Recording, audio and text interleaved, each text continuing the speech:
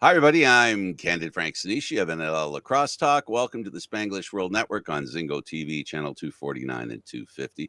Please remember to download the Zingo TV app at the respective app stores for iOS and Android devices. While you download, make sure you rate and leave a comment. Both apps are absolutely free. Zingo TV is available on Google Chromecast, Amazon Fire, Fire TV sticks, Roku sticks, and also on all smart TVs 2016 forward. Now on NLL Lacrosse Talk, our co-host Gary Groob and our very special guest, Jasper Horst. He's the team manager for both the women's and men's lacrosse teams. So you could say that he's really staying up late to talk to us. So I really appreciate it. Yeah, thank you. It's good to be here. Jasper, quick question. What started you getting involved in lacrosse? A hatred of soccer. I love that. Yeah, it's Danish soccer is pretty good from what I've seen. Dutch it's soccer. Not bad. Yeah, but it's very common. And when I moved to the U.S., I had when I was a teenager, my father was in the Dutch Navy, and he had a tour of duty in the U.S. And as a teenager, I got to go along with him. And I went to school in the U.S. for 3 years. And of course, in this fall, winter, spring sports, you have to pick a sport. And I thought, I'm here.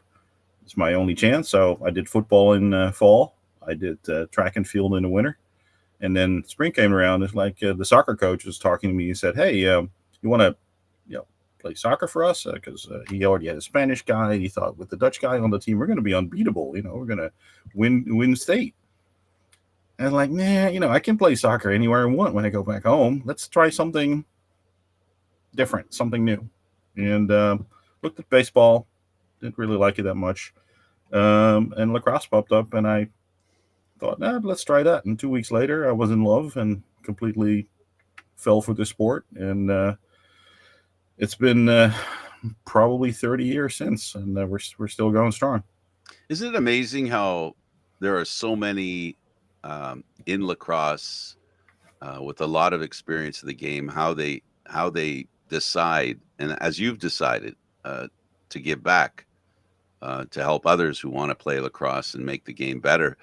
I look around, I see so many like that it comes from a personal experience as opposed to a professional one. Mm-hmm. It's definitely. I can't make money with lacrosse where I am. There's no I said jobs. that in a nice way, didn't I? It wasn't really nice. Yeah. Okay. Yeah. So it's really love of the game, and just being involved with something that's, I think, is unique. The history of the game, the way it's grown over time, the First Nation roots, all those things made it very interesting already. And when I started, this is all new to me. It was just like swinging a ball around and hitting people. I was play defense, so hitting people was more my speed. But if you when I found out that my coach was actually a pretty good player back in his day, he was a very good coach, and we did really well as a high school team. We used to play colleges and win.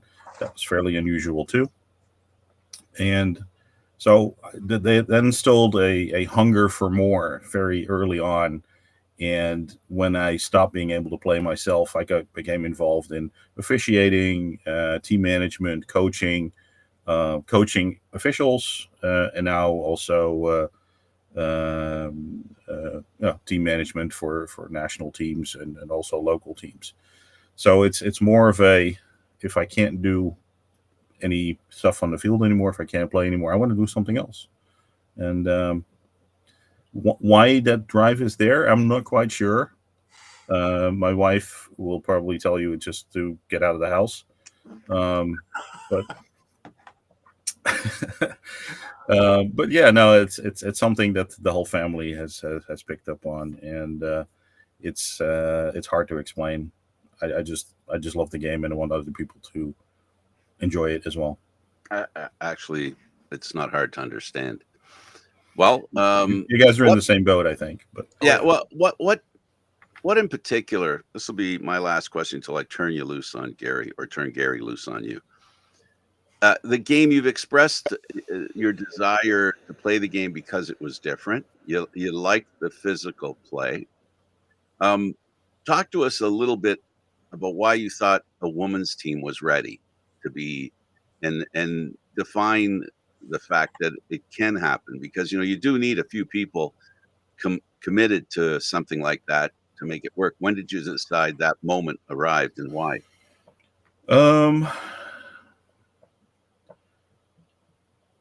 There was a cry for help, basically, from R2 Cesselar. He's been on the show late last year. Mm-hmm. He is the head coach for the women's team in Utica. He basically called me and he said, I need help with getting somebody that's not a player to organize things. Everything was pretty much self-organized by the players up to then. They went to Langley for the Box World Championships there. The guys went, and 5 or 6 people burned out because they had to do all the organization and play and coach and help coach and all these other things. The financial management, it was all messy. And people just said, I don't want to do this. So he said, I foresee the death of the sport in the Netherlands if we don't get some, well, wouldn't call it professional help, but somebody that understands how to do this. So he asked me, and we thought about it, and then I talked about it to a bunch of people, and I talked to the players, and they said, we'd love somebody. We don't care who you are, just help us. I'm like, okay, well, that's a low bar. I think I can manage. And I've done it before. I was a team manager for the field team back in 2006 when we had the World Championships in London, Ontario. I was a player and a financial manager and a team manager and a driver. So I understood the feeling that you're doing too much as a player. You're not going to have as much fun playing if you have to do all those other things, wear all those other hats. So I understood the question very much. And then talking to the players and hearing their need for support, I said, like, well, let's do it. And so that's how it happened, basically. Well, that's awesome. I mean, it's like I said, there's a long history of the players playing, becoming coaches, becoming presidents of leagues, moving on. So I really appreciate what you do for the game, and it's fun to hear about all the different countries that are involved and to speak to one directly about that. Gary, he's all yours. All right. You brought up us having R2 on before, and one of the things that he brought up was at the beginning of the program, when you guys were just forming it, is that you guys were smart enough to go to the guys playing field hockey and going, hey, if you want to, some more contact and to play with a little less rule, let's go with and build from there. So you had a lot of athletic guys who had to learn the rules of this, but the athleticism was there to start. Yeah, the athletes were there. Some of them could not deal with physical contact because hockey back then was, or field hockey, I should say, sorry. Got to be specific. Although I piss off a lot of my Canadian friends by calling theirs ice hockey, and they're like, it's hockey. Like, no, it's ice hockey. But that's an ongoing inside joke. A lot of people that we talked to then felt the physicality was not for them. But other people's like, hey, I have a stick, and suddenly there's action in 3 dimensions, and I don't have to run bent over the whole time, which is killing my back, and hey, I can even hit people with it. So that was an easy sell for some people. It did get us into trouble with the Dutch National Hockey Foundation because we took away some of their future stars, that people that dropped out of the junior national team program, that they started playing lacrosse. But we got into hot water a few times with those people. So that was just the first time. Right. It happened a few more times. First of many. First of many. Yeah. Maybe I should not talk about those occasions too much. Well, you guys started out around, I think, 2004 in the Czech Republic with your first European lacrosse championships, and by the time 2008 rolled around, you actually had quite a bit of success, maybe winning the silver at the European federal things. So you had a lot of really great success early. Was this I'd like to say, was it great for the program? But, after that, we had a drop off. So, was it too much too soon, do you think? Maybe a little bit. We had a generation of very enthusiastic people that joined, and we had a fairly strong under-19 team that also almost as a block went on to the senior league or the senior men's team, and that was the core of the success early on. A lot of those people have aged out of the programs. It's a normal phase. They get married, have kids, focus on their professional careers, and it's just we've struggled to get replacements of enough quantity and quality. We've also hurt ourselves a little bit by maximizing the number of U.S. nationals with Dutch passport that we allowed to play. That was done on purpose because we said we want people in the national team to elevate the national play rather than bringing it for the national team and then taking the knowledge and the skills back home again. We want people to learn in the Netherlands to play at that level. And I think that might have something to do with it, but it was just very difficult with actively recruiting enough people all the time. Especially lately, Corona did a number on our membership numbers. Mm-hmm. I think that's a worldwide phenomenon. I'm sure you had that in the U.S. and Canada as well. People just decided to do something else with their time. We're it's getting better. We're on the upswing. We're getting new quality players in. We're getting bigger numbers, but we're still a long way from where we were back in the glory days. I wouldn't want to call it, but yeah, that silver medal is still a very bright moment in our history. And there's a YouTube video around when the team here's the final whistle of that game against England, and they all go absolutely mad, absolutely mental, just being there and winning that medal. First time ever, and it's only the second time we've been on a European Championship. So that was quite a big challenge. I wasn't part of that team, unfortunately, but they can still talk about it with relish. Absolutely. And, you'd mentioned, having a non-player being at the top, which is very important because there's so many moving pieces to keeping all these programs going. And I know there was a lot of problems between field and box over in the Netherlands and funding and things like that. To have one central guy and have him worry about it and you worry about playing is huge. And I think it really makes – I've watched the program in the last number of years especially grow leaps and bounds because of that. Is not players doing it where they're distracted, where you can actually just focus. Yeah, if you're having to keep too many balls in the air, it's just killing for your play style. You can't focus. Like I said, I was there myself. I'm playing defense, and I stand there, and there's a fast break coming my way, and I'm digging down to my stands, and I'm getting ready. And it's like, where are we going to go to dinner tonight? That's not the right focus for that moment, because there were like 35 of us, so we had to plan where we were going every night, and that sort of distracting thought just didn't help. So I got scored on, and the coach wasn't happy with me, but I'm like, Coach, you also want to get fed tonight, right? But no, that was not a good discussion to have at that point in time. Not during the game, no. No. Now, talk about the culture in the Netherlands as it's grown, as this has come since 2004 to where we are now, and how it's developed and the interest in the Netherlands. Okay, like I said, well, it's had ups and downs. We've had more people, we've had more members, but right now we have more flavors of lacrosse than we've ever had before. We have a sixes team, we have a box team. There's only 20 men's, only 20 women.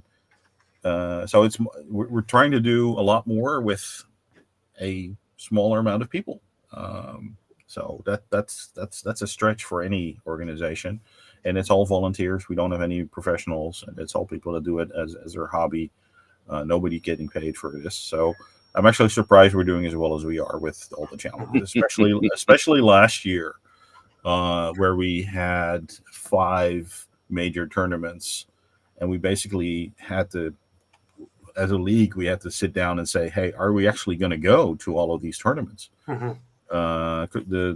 We had the box men and women in Utica in September. There was the under 19 women in Korea, was it? I'm not sure. There was a Europeans under 20 for men, and there was there was also European women's seniors. So that's 5 international tournaments, and that's hard to do if you only have 1,000 players.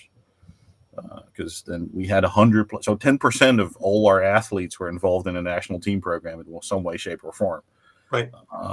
So we said, well, we have to have rigorous guidelines in place. We have to say if we can't commit to a tournament, let's make that decision early.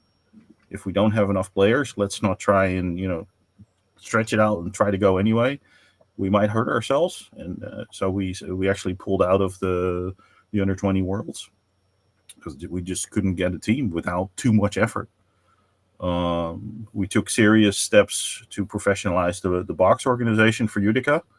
We had a very serious budgeting issue, or well, not really an issue, but we had good talks about budget with the league. We also have rule changes because of the Olympic status that lacrosse now has. Then suddenly our local national organizing committee for the Olympics is getting involved, and they're like, oh, you have to change your bookkeeping, and you have to incorporate your national team administration into your league's finance. So all kinds of new things. So the board people that are really stretched right now. There's lots of challenges, but everybody is still in positive. They're looking at Olympics. They're looking at the Sixes program that's basically being built from scratch without any serious financial support from anybody. It's all self-funded. So I'm very proud of what we're accomplishing still, and what we have accomplished.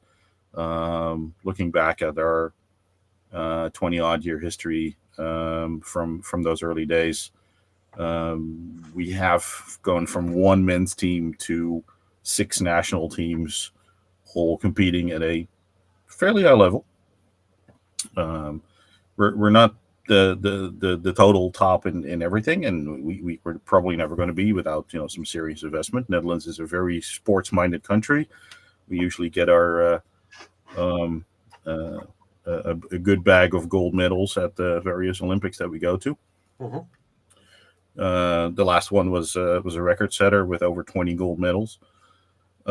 Just not in lacrosse, and I don't think that's ever going to happen. A lot of speed skating, a lot of swimming. Yeah, swimming, I don't rowing, think that's the same. Rowing. Yeah, yeah, it's a lot of those water sports. Yes, and if we look at the top 3-4 with Canada, US, Haudenosaunee, a couple other countries up there, it's going to be very difficult to ever get to the medals, but we still want to go, even though it seems like a mission impossible. People are still dedicated, say, hey, we're going for this. We're setting up this program. It's self-funded, and we're putting a heavy load on our athletes, but still we want to go.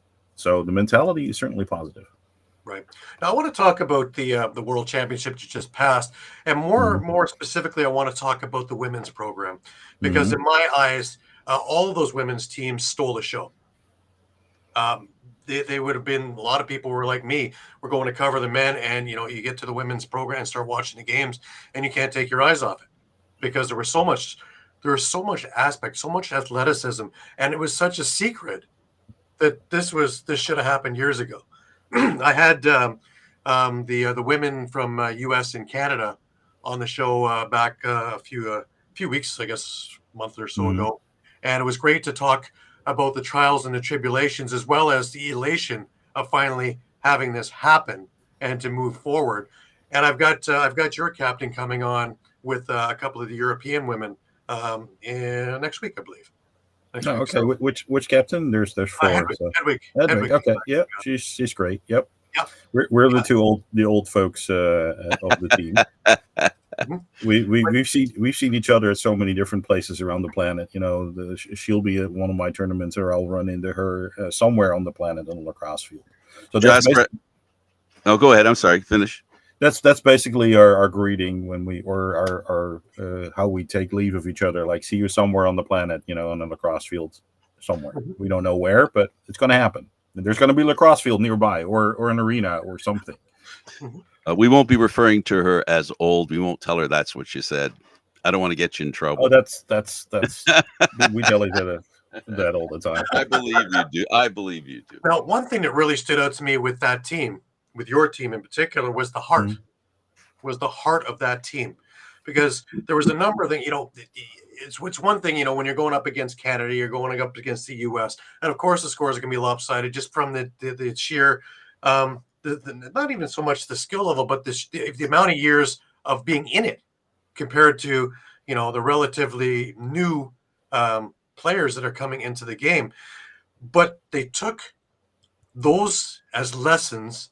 They asked questions, the camaraderie on the female side, especially from the Canadians, the U.S., Haudenosaunee, towards some of the teams that were lower in the standings, and showing things. And just the group camaraderie was something to behold. And then the game that stood out to me, of course, was the Hong Kong game, in which the Netherlands were down by a chunk at the half and came back to win in the end of that game. And just watching the heart, the never quit that's instilled in this team. Yep. No, that's very well put, Gary. I that was really what was for me the big takeaway. And a lot of these girls have not played lacrosse for more than 2 years. Some of them 6 months. And yes, they make mistakes. And yes, the ball handling isn't as good as it could be, or they make tactical mistakes and like, oh, you should have rolled left instead of right. All those discussions happen, but they were always happy to go onto the field, work hard for each other, give each other the ball, and they never quit. And that was just amazing to see. And that was certainly recognized by all the fans and also the World Lacrosse Board, who was looking on. And they literally said the same thing. We should have done this years ago because it adds such an extra dimension.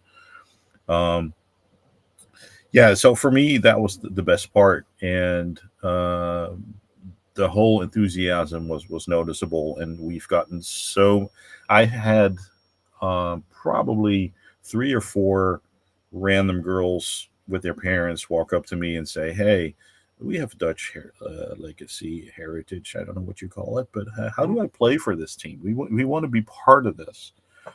Some of them have the right heritage and they could play for us, and others don't because they're too far away in parentage or they don't have the proper documents. But just on the spot, I want to be part of this, and actually go as far as talking to the team manager and say, hey, how do I get on to this program?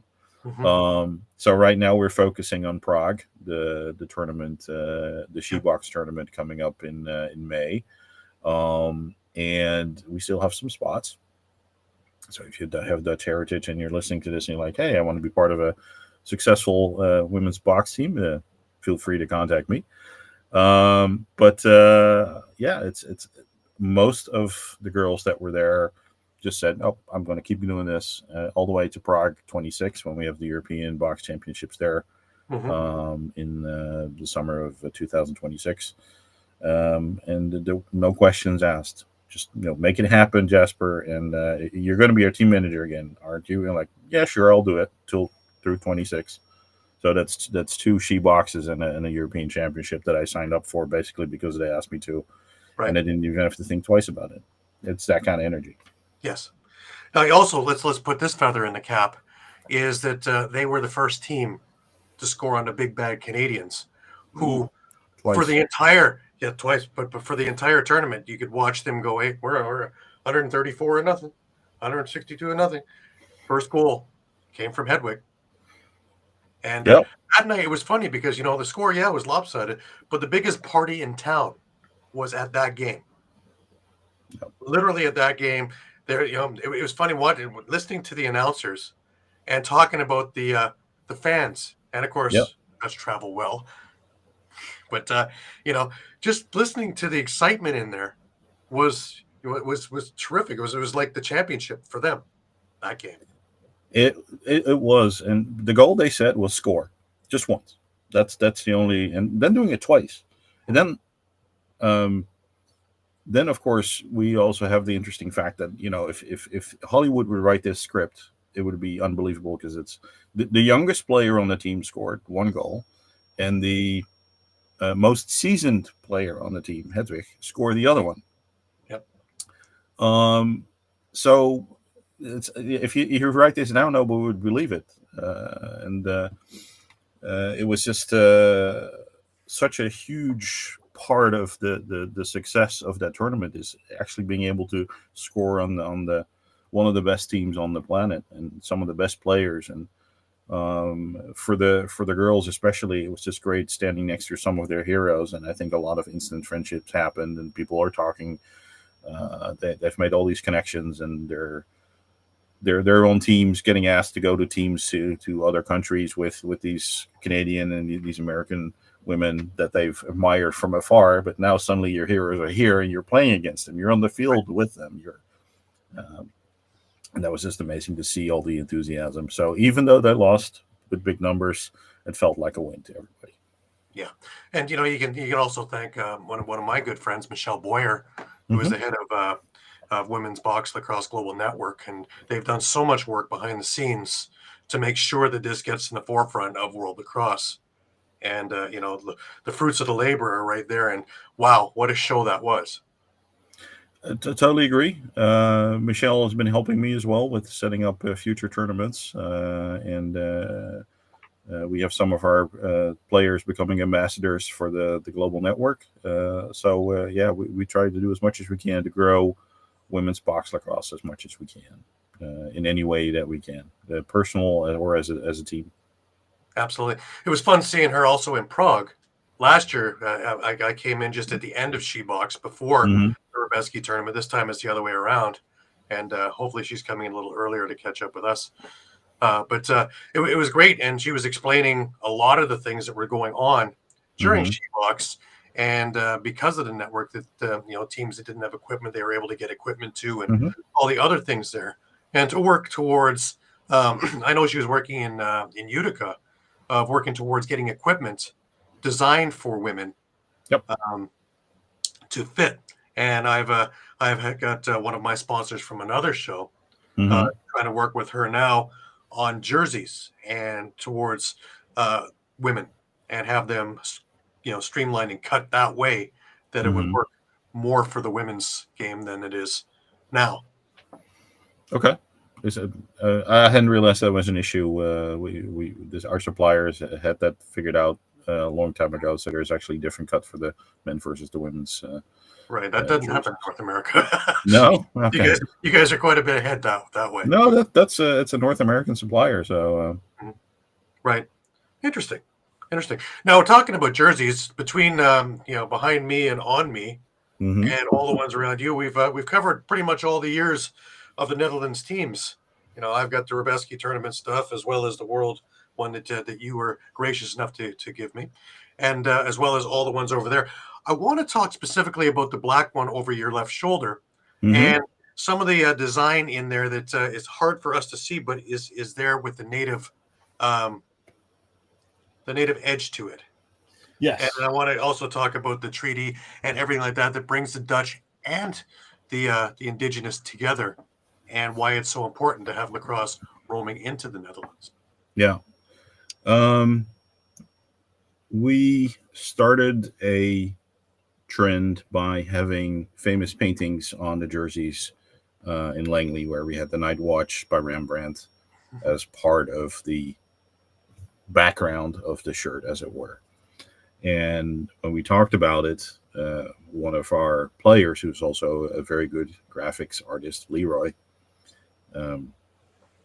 he has a very long Dutch last name, so I won't bother you with that. But are the 3 first letters are VAN?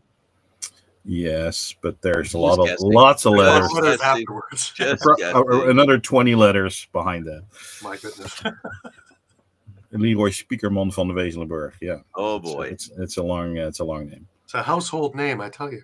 Yeah, no, it will be soon. No, his graphic design skills are amazing. So he took The Starry Night by Van Gogh, which is also a very famous Dutch painter and a very famous painting, and he managed to merge that into some art of First Nations warriors around a campfire, around the lake. And it's really hard to see on camera, but we did make a poster out of it, which sold really well.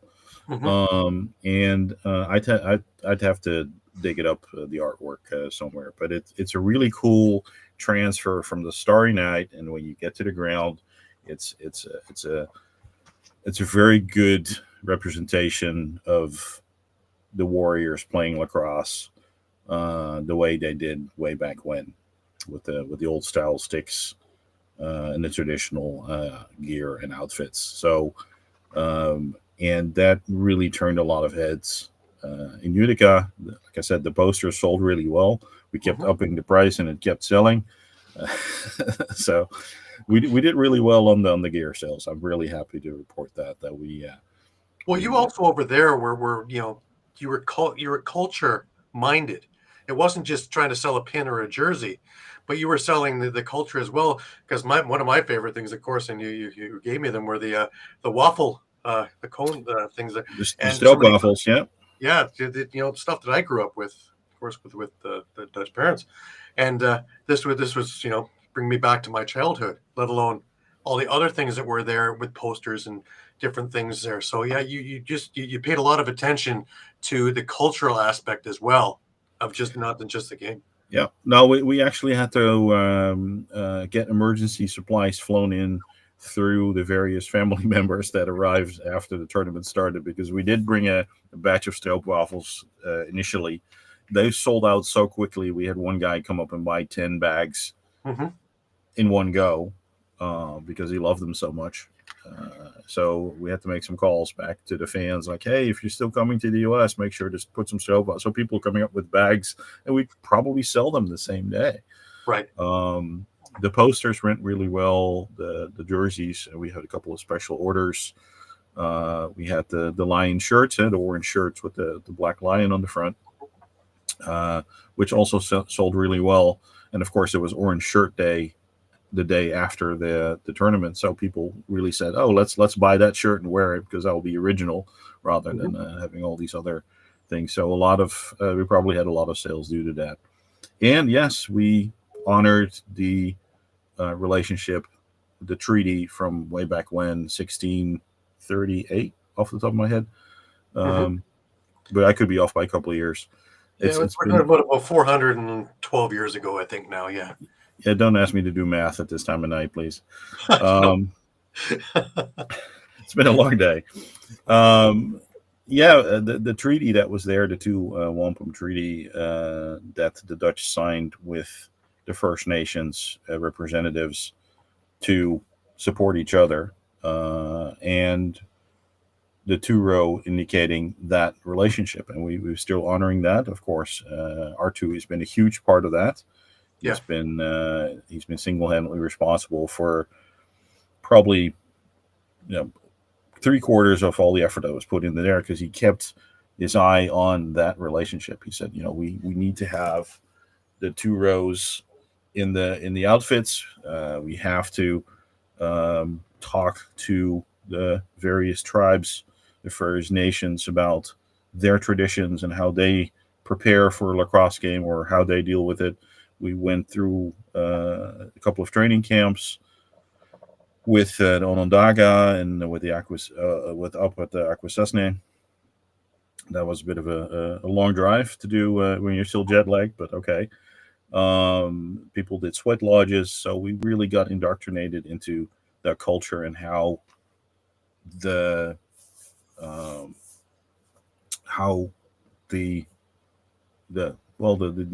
inventors of the game really deal with it in their culture, and that was just amazing to see. And for a lot of people, it was an eye opener, and they probably didn't realize there was that much of a history behind it. Right. Well, you have a good ambassador too as your head coach with Neil Paulus, and I've known Neil quite a while, and he's been on the show as well, also talking about it, and of course his being part of the movie Crooked Arrow, and so the first full length feature on lacrosse. Yep. And some, of course, in a Hollywood way, talking about the trials and tribulations behind the scenes of all this stuff. But he's a great ambassador to be the liaison between the Netherlands and the Haudenosaunee, as well as North America, and bring it all together and tie it neatly in a bow. He even got us in front of the king, the Dutch king. Did you hear about that? I did. I saw a picture with R2 and him. Yeah. No, it's the king was on a official visit to New York State, and I think it was in Albany, and they were meeting a First Nations representative group, and they managed to get themselves into that group of there are tons of people visiting. So there are tons of people in that lineup meeting the king. And they got to be one of the first there, and they overspent their time by far, and they even managed to get the king a lacrosse stick, which wasn't supposed to happen. Right. They weren't supposed to give any gifts to the royal couple, because otherwise they're going to have to, there's going to be an extra plane full of gifts having to go back to home. And they still managed to get the lacrosse stick to the king. So that's for me, that the picture that they sent with the royal standing there and there around it is one of the success stories of last year. And it completely blew away our whole board and the whole league. Like, oh my God, I can't believe we managed to do this. Right. And it really put some serious attention on lacrosse. We got some good leads out of it to continue working on growing the sport, especially the funding. Because that's a huge challenge. We just don't have the money to do what we want to do. What was one of the most successful things that helped you raise money? That if there's a group like yours watching right now, what would you recommend to them as a starting point? Don't underestimate the power of grassroots initiatives. If you have a good product, that we made. The return on the investment for the merch that we brought and sold was 4-1. So we really got some serious money out of that, which really helps us. Don't be afraid to go the official routes, because there's lots of money with governments, with councils, with sports organizations. There's so much more money than you have to invest money to make money. So sometimes it pays to get an expert, like, how do I get money from the government? Pay them, and you get more than your money's worth out of that if you get the right people on board. And don't forget your alumni is probably, for starting sports, it's very easy to lose track of people that have stopped playing. Give them the opportunity to give back. Sometimes people really want to give back, they just don't know how. They're like, well, give him the opportunity. Like, ask him to coach, ask him to officiate, ask him to host a game, ask him to throw a tailgate party, ask them for ideas for fundraising. Let them work for you. And they come from all walks of life, and sometimes they have great ideas, and sometimes it doesn't work out, but at least they stay involved. So not everybody is good at customer relationships management. That's something that's a skill that you usually have to develop as an organization. But just keeping track of, okay, people have left, they stopped playing lacrosse. Give them a call, send them an email. Just a little bit of follow-up can pay off big time down the road. Yeah, we know that's quite. There are a lot of willing people who want to continue their relationship with lacrosse. That's something that Gary and I in this show understands deeply. If you don't give them the opportunity, it's not going to happen. If you don't ask, you don't know. Exactly. Yep. Yeah. Okay, so that's true the world over then. Yes. Well, thanks for that advice. I know there's a lot of people out there. Lacrosse is a grassroots, project for everybody, because just because there aren't as many playing lacrosse as there are soccer or hockey in North America, I won't speak to Denmark, doesn't mean the challenges are easier because they're smaller. It means they're harder. And so they have to work a little harder to have as much success as a local hockey organization has. Field or ice hockey? No, never mind. Nicely done. Nice. Oh, yeah, you went back there again. I can't believe you went back there again. I like Oh, it's that. probably going to happen another time. It Now, I probably want to I will. want to touch upon you being part of the heads of officiating. How did you Mhm. get involved in that? Like you didn't have enough hats to wear already. Oh, geez. I played I was a captain of the Dutch field lacrosse team in 2006 for London, Ontario. Mhm. I was over 30 at the time and playing 9 games in 10 days. My body basically said, this is not a thing that you want to continue doing. So I retired as a player, but I still wanted to do something. And I think I still was a Dutch board member at the time. But we were really trying to grow the game, and the quality of the officials that we had was very low. Nobody knew the rules. Nobody really understood what the rules were, or how you officiate as a crew, or how you manage a game. That's all high level wizardry for most of the officials that we had at the time. Mhm.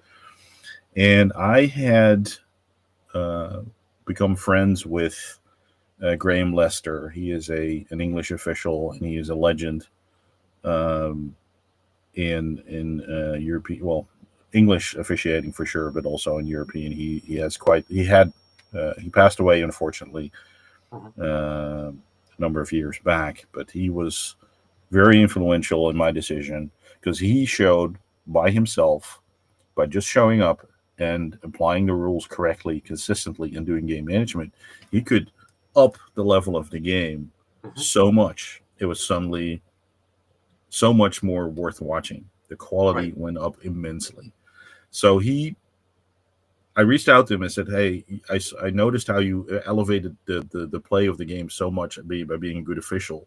How can I be like you? How can I learn to do that? And so he laughed and he said, well, you have to come over and we'll show you. So I went over to England, after a number of games there. And to my great shock, I was invited to ref at the European Championships only 2 years later. So I must have been doing something right. Or they were really short of officials. I'm not sure. So then I suddenly had to do it in front of everybody, and we get assessed. And this is the old style assessment that basically, if they didn't crush at least one dream during the assessment afterwards, then they were not doing it right. So it was really a sort of tough love approach. Like you did this wrong and this wrong and this wrong, and you started off with so many points, and everything you did wrong, you get less points until you end up somewhere in the basement number wise. So that was really tough. But I found it satisfying, and if I can't be a player, being an official is the next best thing. Yes. You're right there. I mean, you can see things from the player's point of view. You can see you can hear the people talk. You can see the goalie go when he's trying to stop that shot and it doesn't work out. You can see the mesh bloom when the ball hits the net, if the goal gets scored. You can see that happen in real time in front of you. And when that happens, you're on. Then suddenly the spotlight's on you. You have to go do something now. Some people never make that transition. They're like spectator mode. But if you can make that transition, being an official is great, great, great. It's very satisfying to come off the field and knowing that you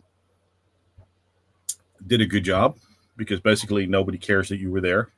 You know, if nobody noticed that you were there, you did a good job. You did a great job, yeah. There you go. Yeah.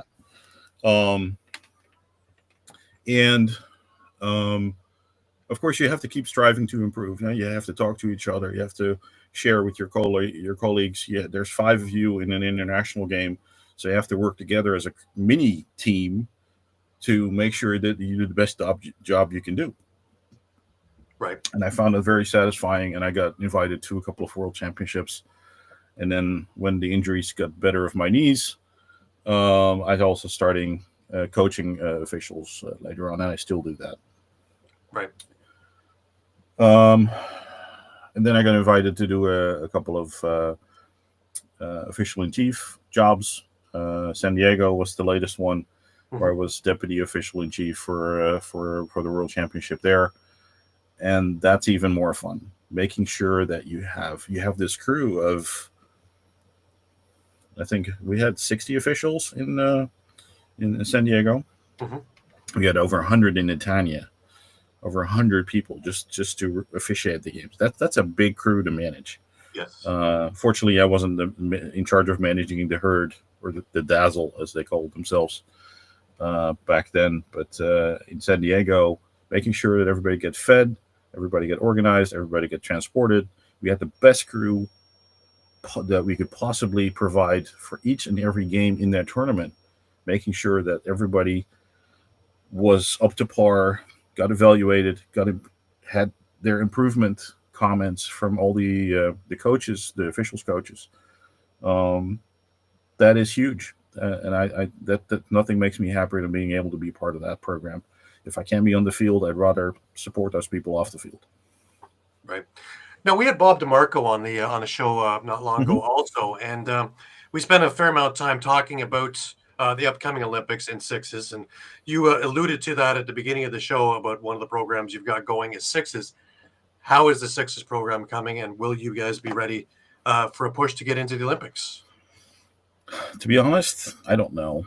Not because I doubt it, but I really don't know. I've been so focused on box, and I'm deputy official in chief for the European Championship in Poland this summer, and I've also applied for the under-20 Worlds in Korea.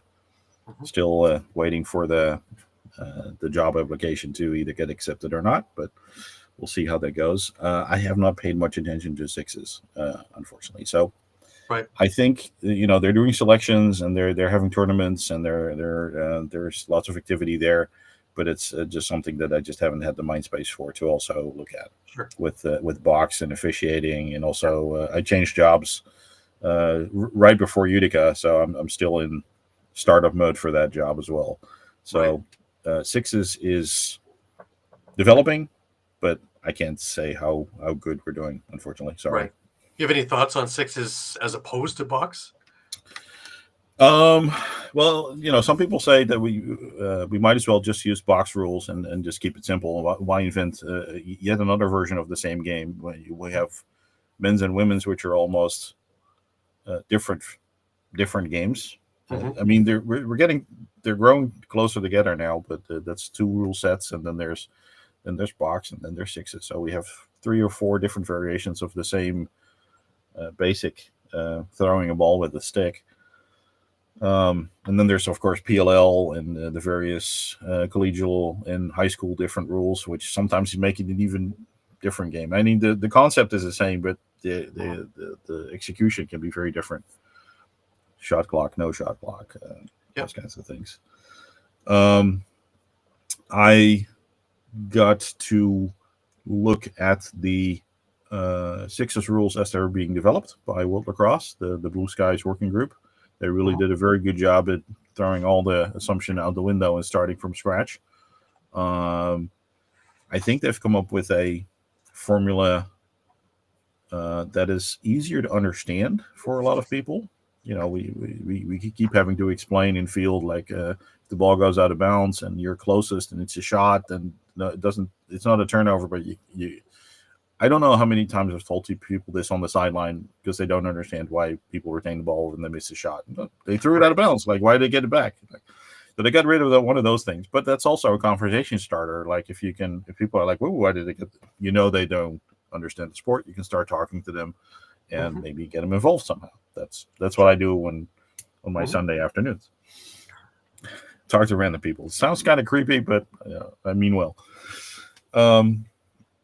So it's a gamble. We have to see how well we do in the Olympics. I understand what they were trying to do with it.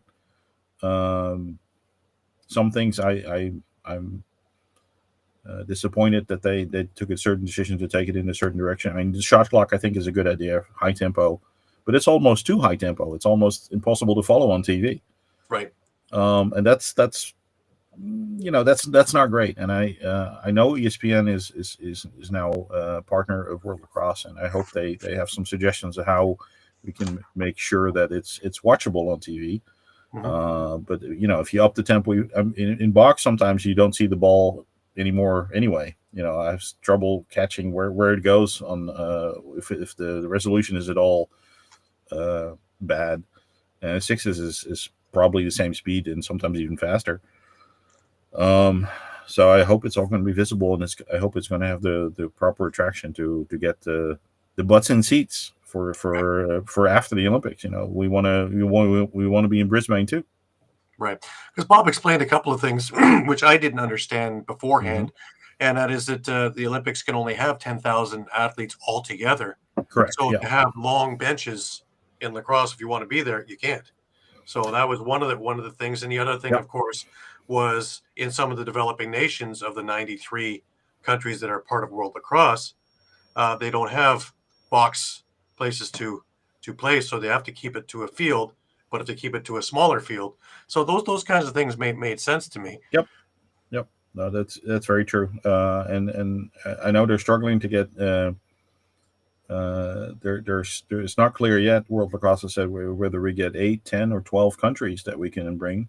And I don't know the right number at this point in time, but we can't bring 30 players or 23 players and the coaches and everything, because all that has to fit in a certain type of Olympic village, and there's just not enough room for all those people that we're bringing. So we have to squeeze down the squad sizes. So a lot of those decisions were tough decisions that they made, and they had to make them. Otherwise, we wouldn't even be able in this we would not even be able to be in this position as we So the inference being that if you bring less players per team, you bring more teams. If I were to melt it down into a smaller, and the 10,000 refers to every athlete. Yep. And so did you have an idea of the number of athletes you could contribute to the village? Just as a total, I think the latest update I got, but don't pin me down on this. I don't quite remember that.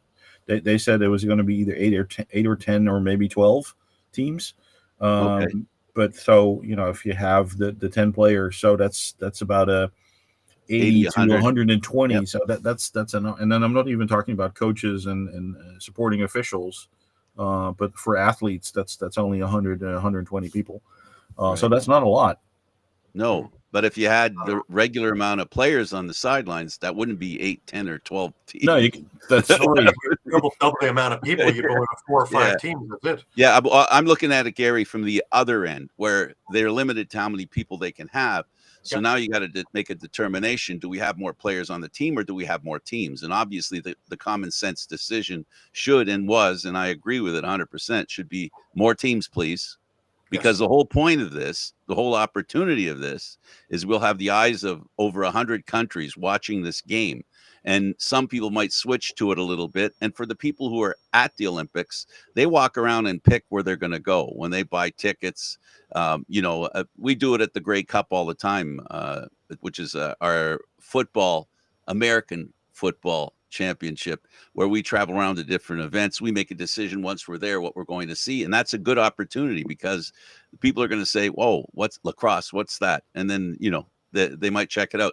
That's the whole point of why I think it's fantastic that lacrosse made the Olympics.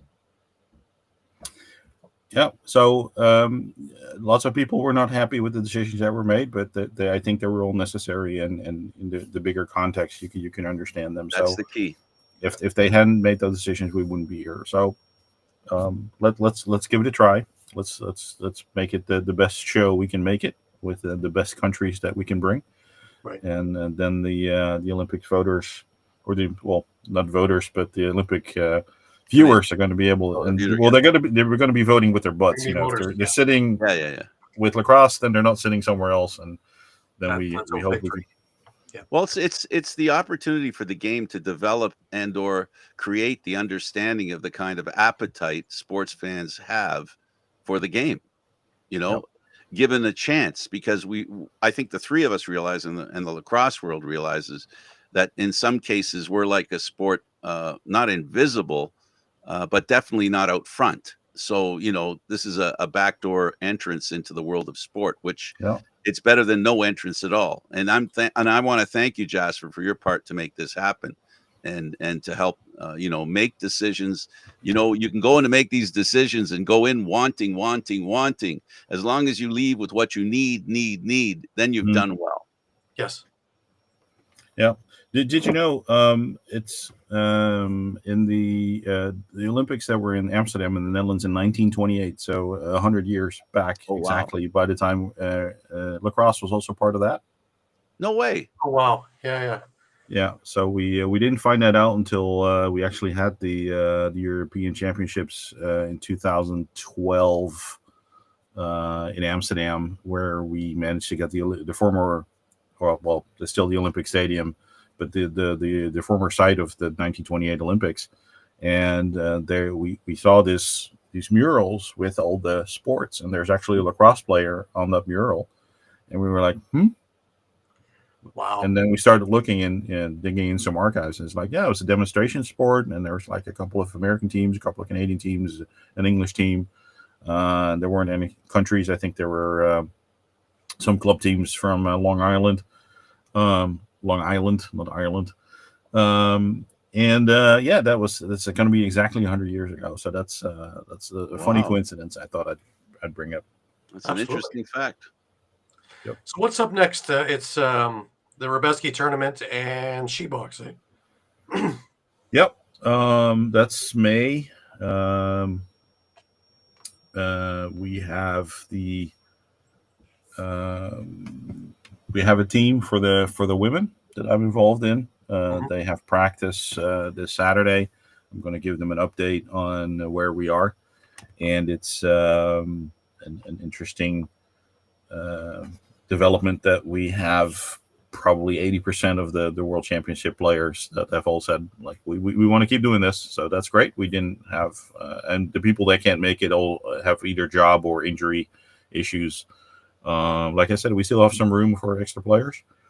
So if you're interested, let me know.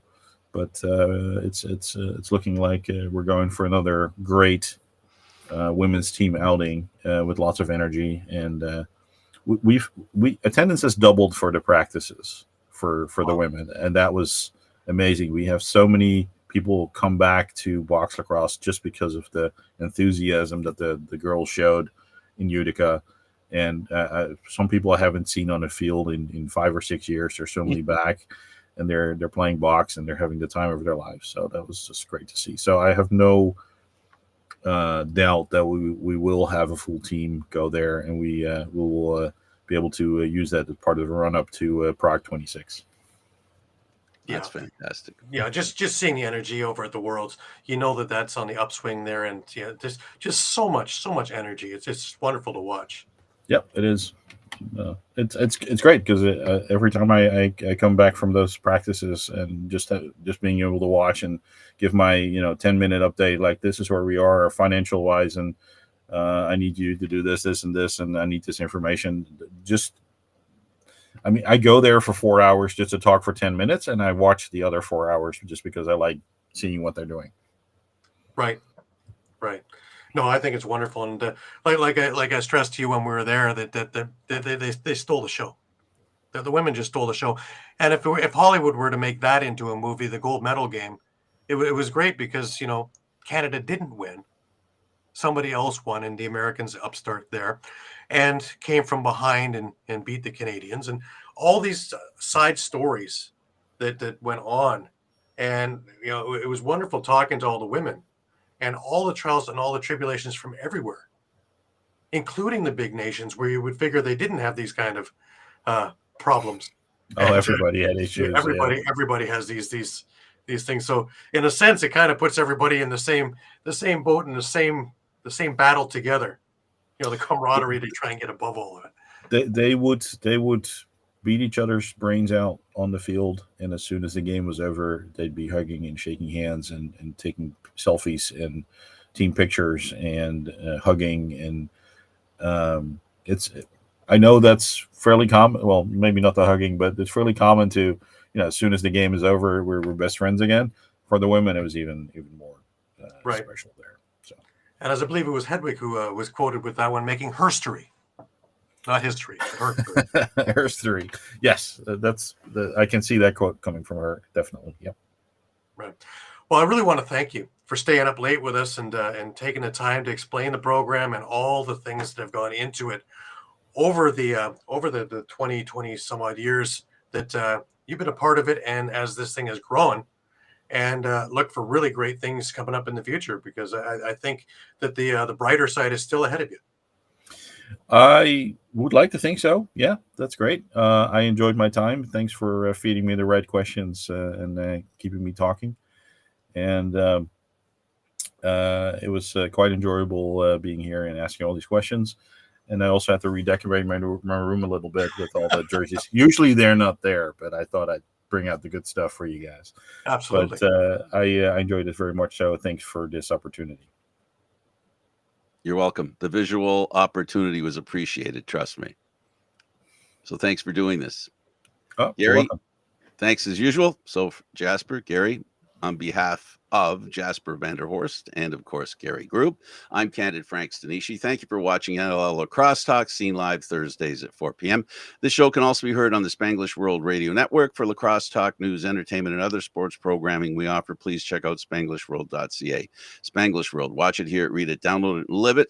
Thanks for watching, and don't forget Candid Frank Stanisci on YouTube. And check out all the other shows that I have a direct hand in. Thanks for watching, everybody. See you next Thursday.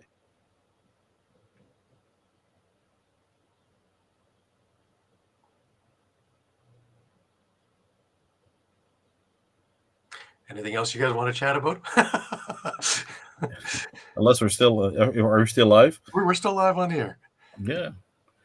Did our engineer fall asleep? Yeah, he probably got called to some. Actually, you know what happened? We probably had two engineers, and each one of them are looking at each other right now going, I thought you were going to shut it down. I thought you were going to shut it down. Oh, weren't you going to shut it down? No, I'm going to shut it down. Well, we don't know when we're going to go out. So I'll apologize for how quickly, if it's in the middle of a sentence that you're saying, Jasper, I want you to know when they realize we're supposed to be off the air, they're just going to cut us off. There won't be much warning. But is there anything that you didn't get a chance to say or comment on that you're thinking right now you wish you had said, or are grateful to now that you have the opportunity to say it? Well, Gary sent me a huge list of topics that we could potentially talk about, so I'm just going to see. I don't have anything else. You know, I've told all my jokes, and I've told the standard jokes that probably going. You know, the one thing I did want to was getting everybody over to Utica. How difficult was that to get everybody over there, and all the funding and everything else that you had to, let alone passports and everything else? Oh, Dwayne says 2. I don't know what that means. 2 minutes. You got 2 minutes to finish what that thought. All right. Well, it was a bit of a nightmare because we wanted to get a group booking by the airline, and everybody would fly over together, and then the North Americans would just drive in or come in by plane if they were coming from West Coast areas. But everybody's like, yeah, I want to go on vacation. I'm going to go 2 weeks early, or to leave 2 weeks later, and I can stay, or can you get me a flight back? Like, I'm not a travel agent. You know what? 7 p.m. that date, and want you in Utica. I don't care how you get there. Work it out. So it turns out that a lot of people were flying together. So we did arrange for a bus from JFK up to Utica, which had like 30 odd people in it from both teams combined. But everybody else just came in randomly. So I basically said, I'm not going to deal with it. You guys figure it out.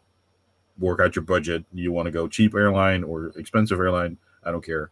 But it was just too much of a hassle. So that's how I basically solved that, by not solving it and letting everybody else figuring it out for themselves.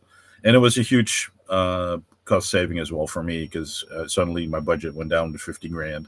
I didn't have to deal with that either. Right. Fortunately, we managed to do everything under budget, so that was great. I was able to pay everybody back about a third of what they paid into the program. So that was my Christmas gift to everybody. We had a good merch sales, and we had some lucky breaks with costs that were significantly lower than we expected. So all in all, I was happy to be able to pay that much back to everybody. And so a lot of people said, hey, can I just keep it with you for Prague and for She-Box? And I'm like, no, I want everything off my accounts by the end of the year, and we'll start over from new tournaments. That's amazing. Yep. Well, we are inside a minute, so I want to thank you so much for taking the time with us, and I look forward to seeing you again and seeing you probably in Prague. It's going to be great. Yep, I'll be there with bells on. We'll try this again. So for Gary Groob and Jasper van der Horst, I'm Frank Stanisci. Thank you for watching NLL Talk. Seen Thursdays at 4 p.m. Have a great week, everyone. Bye.